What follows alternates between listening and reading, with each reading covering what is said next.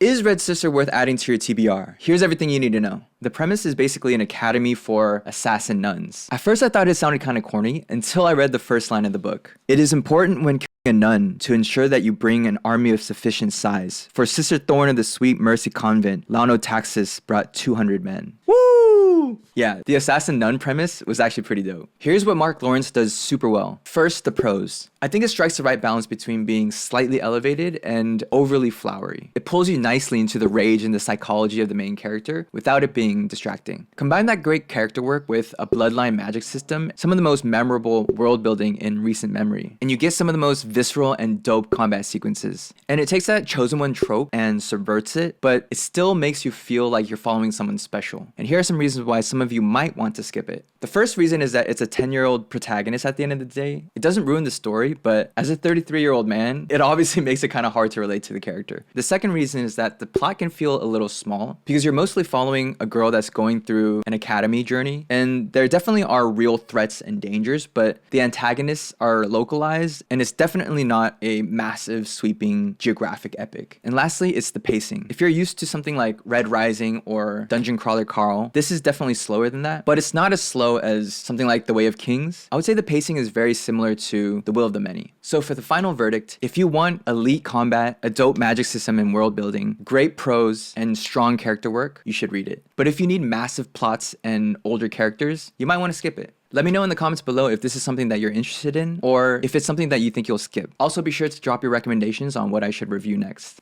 Peace!